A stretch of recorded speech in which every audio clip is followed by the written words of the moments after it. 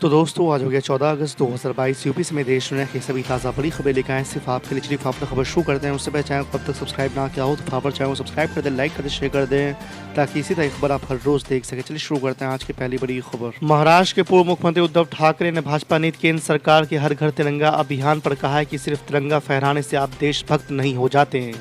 शिवसेना नेता ने कहा है कि वो समझते हैं कि ये आज़ादी का अमृत महोत्सव का हिस्सा है, लेकिन हमें ये सोचने की ज़रूरत है कि 75 साल के बाद कितना लोकतंत्र बचा है। उद्धव ठाकरे आगे कहते हैं कि आज भी चीनी अरुणाचल में प्रवेश कर रहे हैं। अगर हम अपने घरों पर तिरंगा लगाएंगे तो वो वापस नहीं जाएंगे। तिरंगा हमारे दिल में भी होनी चाहिए। जाति प्रमाण पत्र की जांच मामले में क्लीन चिट मिलने के कुछ घंटे बाद एनसीबी के पूर्व अधिकारी समीर वानखड़े ने कहा है कि उनके परिवार को निशाना बनाए जाने से वो आहत है। समीर वानखड़े ने कहा है कि उन्होंने अपना पूरा जीवन लोगों की सेवा के लिए लगा दिया, लेकिन उन्हें दुख इस बात का है कि उनकी मृत मां और परिवार के लोगों को भी नहीं बख्शा गया। आपको बता दें कि एनसीबी के पूर्व अधिकारी समीर वानखड़े को जाति प्रमाण पत्र मामले में क्लीन चिट मिल गई है। जाति प्रमाण पत्र को लेकर पिछले 1 साल से विवाद चल रहा था, जिसे खत्म करते हुए कास्ट स्क्रूटनी कमेटी ने साफ किया है कि समीर वानखड़े जन्म से हिंदू थे। पूर्व केंद्र मंत्री मुख्तार अब्बास नकवी ने विपक्ष का मजाक उड़ाते हुए कहा है कि उन्हें विपक्ष के 2 दर्जन पीएम उम्मीदवारों की सूची का इंतजार है। आपको बता दें कि विपक्ष की ओर से पीएम कैंडिडेट में नीतीश कुमार, ममता बनर्जी और अब अखिलेश यादव के भी नाम सामने आ रहे हैं। मुख्तार अब्बास नकवी ने यूपी के रामपुर में सभा को संबोधित करते हुए कहा कि मोदी फोबिया की राजनीतिक बीमारी से ग्रसित लोग जल्द ही गायब हो जाएंगे। राजधानी दिल्ली में कोरोना केसों में वृद्धि का सिलसिला लगातार जारी है। स्वास्थ्य विभाग के मुताबिक दिल्ली में शनिवार को भी कोरोना संक्रमण के 2000 से अधिक नए मामले सामने आए। वहीं एक दिन में 9 मरीजों की मौत हो गई। आपको बता दें कि कोरोना के एक्टिव केस भी बढ़कर 8100 के पार पहुंच गए। भारतीय जनता पार्टी के प्रवक्ता संबित पात्रा ने शनिवार को फ्री बीज को लेकर प्रेस कॉन्फ्रेंस की। इस दौरान उन्होंने आम आदमी पार्टी पर निशाना साधते हुए कहा है कि पहले भी कई बार बीजेपी फ्री बीज को लेकर अरविंद केजरीवाल की पार्टी को एक्सपोज कर चुकी है। साथ ही उन्होंने आरोप लगाते हुए कहा है कि दिल्ली में शराब के ठेके बेचे गए। इस मामले में मनीष सिसोदिया ने अहम भूमिका निभाई है। उन्होंने कहा है कि जो सत्येंद्र जैन के साथ हुआ वही मनीष सिसोदिया के साथ होगा। कानून से सुरक्षा नहीं मिलेगी। समाजवादी पार्टी के राष्ट्रीय अध्यक्ष अखिलेश यादव ने कहा है कि भाजपा के मार्ग संगठन आरएसएस का आज़ादी की लड़ाई और इसके बाद भी राष्ट्रीय ध्वज और संविधान को स्वीकार न करना क्या कहता है। सत्ता के स्वार्थ और जनता के दबाव में राष्ट्रीय ध्वज को आगे रखकर भाजपा आरएसएस अपने अतीत के काले पन्नों को छुपाने का प्रयास करने में लगी हुई है।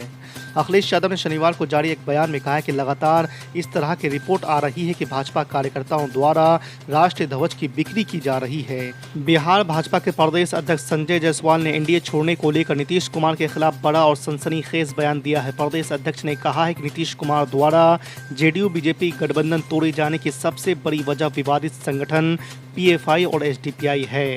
जायसवाल ने आरोप लगाया कि नीतीश कुमार के कुछ बड़े अधिकारियों का पीएफआई और एसडीपीआई जैसे संगठनों से संबंध है। इस मामले में कुछ गड़बड़ नहीं हो जाए, इसी वजह से नीतीश कुमार ने बीजेपी को धोखा देने वाला कदम उठाया है। बिहार के उप मुख्यमंत्री तेजस्वी प्रसाद यादव ने रोजगार के मुद्दे पर भाजपा को ही कटघरे में खड़ा कर दिया है। पटना में पत्रकारों से बात करते हुए तेजस्वी यादव ने कहा कि भाजपा ने हर साल 2 करोड़ लोगों को रोजगार देने का वादा किया था, उसका क्या हुआ। डिप्टी सीएम तेजस्वी यादव ने यह भी पूछा है कि बिहार में 19 लाख जॉब का क्या हुआ। भाजपा के लोग लगभग 2 साल तक सत्ता में रहे तो 19 लाख में से कितना रोजगार दिया। असदुद्दीन ओवैसी की एमआईएम का मौके पर चौंका, एक मुसलमान डिप्टी सीएम बनाए नीतीश तेजस्वी। जी आपको बता दें कि बिहार में नीतीश कुमार के नेतृत्व में नई गठबंधन सरकार 24 अगस्त को विधानसभा में बहुमत साबित करेगी और उससे पहले 16 अगस्त को सरकार का पहला मंत्रिमंडल विस्तार हो जाएगा। इससे ठीक पहले असदुद्दीन ओवैसी की पार्टी एमआईएम के प्रदेश अध्यक्ष और विधायक अख्तरुल ईमान ने मुसलमान उप मुख्यमंत्री बनाने की बात उठा दी है। विधायक अख्तरुल ईमान ने कहा है कि जब सबसे ज्यादा वोट शेयर माइनॉरिटी का है तो प्रदेश में एक मुस्लिम डिप्टी सीएम बनना चाहिए। एमआईएम ने कहा है कि जब जाति देखकर मंत्रालय दिया जाता है तो इस हिसाब से एक मुस्लिम उप मुख्यमंत्री भी होना चाहिए। खबर आरएसएस ने स्वतंत्रता दिवस से पहले शुक्रवार को अपने सोशल मीडिया अकाउंट्स की प्रोफाइल तस्वीरों पर अपने पारंपरिक भगवा झंडे के स्थान पर तिरंगा का चित्र लगाया है। आपको बता दें कि देश आज़ादी के 75 साल पूरे होने के अवसर पर आज़ादी का अमृत महोत्सव मना रहा है। ऐसे में प्रधानमंत्री नरेंद्र मोदी ने लोगों से अपने सोशल मीडिया खातों पर अपनी प्रोफाइल तस्वीर पर तिरंगा लगाने का आग्रह किया है। बिहार के मुख्यमंत्री नीतीश कुमार ने अपनी सरकार में एक बार फिर से डिप्टी सीएम बने तेजस्वी यादव के 10 लाख सरकारी नौकरियों के वादे पर टिप्पणी की है। तेजस्वी यादव ने 2020 के विधानसभा चुनाव के दौरान आरजेडी के घोषणा पत्र के जरिए वादा किया था कि वो सरकार में आने पर 10 लाख युवाओं को सरकारी नौकरी देंगे। अब नीतीश कुमार की सरकार में उनके डिप्टी सीएम बनने के बाद तेजस्वी यादव के वादे को लेकर सवाल उठ रहे हैं। आपको बता दें कि इसी संबंध में जब नीतीश कुमार से शुक्रवार को सवाल किया गया तो उन्होंने कहा कि तेजस्वी यादव सही हैं और हम उनके वादे को पूरा करने के लिए काम करेंगे। बॉलीवुड सुपरस्टार आमिर खान की नई रिलीज फिल्म लाल सिंह चड्ढा सुर्खियों में है। उनकी फिल्म को हिंदू विरोधी बताकर कई हिंदू संगठनों ने फिल्म को बाइकआउट करने की मांग की है। देश के कई हिस्सों में फिल्म के खिलाफ प्रदर्शन भी चल रहे हैं। इस बीच असम के मुख्यमंत्री हेमंत बिस्वा शर्मा ने आज कहा है कि आमिर खान इस सप्ताह असम का दौरा करना चाहते थे, लेकिन उनसे 15 अगस्त के बाद आने के लिए आग्रह किया गया है। सूत्रों के अनुसार आमिर खान अपनी फिल्म के प्रचार के लिए 14 अगस्त को गुवाहाटी आना चाहते थे, लेकिन अब उनके 16 अगस्त को गुवाहाटी पहुंचने की संभावना है। जनता दल यूनाइटेड के राष्ट्रीय अध्यक्ष ललन सिंह ने शुक्रवार को भाजपा पर उनकी पार्टी को नुकसान पहुंचाने की कोशिश करके गठबंधन धर्म का उल्लंघन करने का आरोप लगाया, जिसके कारण बिहार में उनका गठबंधन टूट गया है।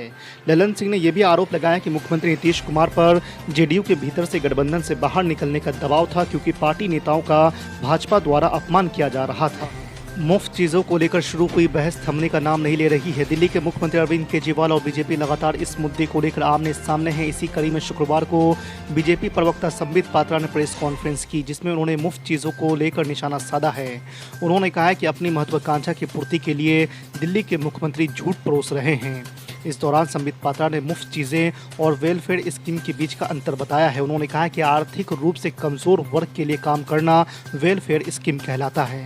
समाजवादी पार्टी के नेता आजम खान शुक्रवार को लखनऊ के मेदांता हॉस्पिटल से डिस्चार्ज हो गए हैं। आजम खान को सांस लेने में तकलीफ की शिकायत के बाद अस्पताल में भर्ती किया गया था। जांच में पता चला था कि आजम खान के फेफड़ों में संक्रमण है। सेहत में सुधार के बाद डॉक्टर ने शुक्रवार को आजम खान को अस्पताल से छुट्टी दे दी है। पूर्व केंद्रीय मंत्री और भाजपा सांसद रविशंकर प्रसाद ने शुक्रवार को नीतीश कुमार पर जमकर हमला बोला है। उन्होंने कहा है कि एक बार फिर कांग्रेस का साथ देकर नीतीश कुमार ने आखिरकार डॉक्टर राम मनोहर लोहिया की समाजवादी विरासत की मौत की घंटी बजा दी है। उन्होंने कहा है कि लोहिया की राजनीति कांग्रेस विरोधी थी। रविशंकर प्रसाद ने राजद पर निशाना साधा है। उन्होंने कहा है कि लालू प्रसाद यादव कभी पारंपरिक समाजवादी नहीं रहे और न ही नीतीश कुमार। ऑल इंडिया मजलिस इत्तेहादुल मुस्लिमीन के प्रमुख बैरिस्टर असदुद्दीन अवैसी ने एक खास टीवी चैनल को इंटरव्यू दिया। इस दौरान उन्होंने देश के संविधान में राष्ट्रवाद के बारे में बात की। आपको बता दें कि असदुद्दीन अवैसी ने कहा है कि उसमें सिर्फ हम भारतीय हैं, ना कि मैं हिंदू, मुसलमान या ईसाई हूँ। भले ही संविधान पश्चिम से प्रेरित था, लेकिन उसको बेहतर तरीके से लिखा गया। लोगों को पाकिस्तान जाने की बात करने वाले लोग वही हैं जो देश से नफरत करते हैं। जो देश से मोहब्बत करते हैं वो इस तरह की बातें नहीं करते हैं। जिनका देश की आज़ादी में कोई योगदान नहीं रहा वो ऐसी बातें करते हैं। जिनको पाकिस्तान जाना था वो चले गए।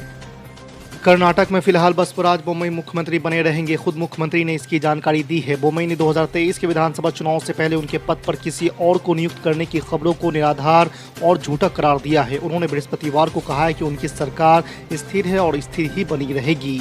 उन्होंने कहा कि वो राज्य और भारतीय जनता पार्टी के लिए कड़ी मेहनत से काम करते रहेंगे।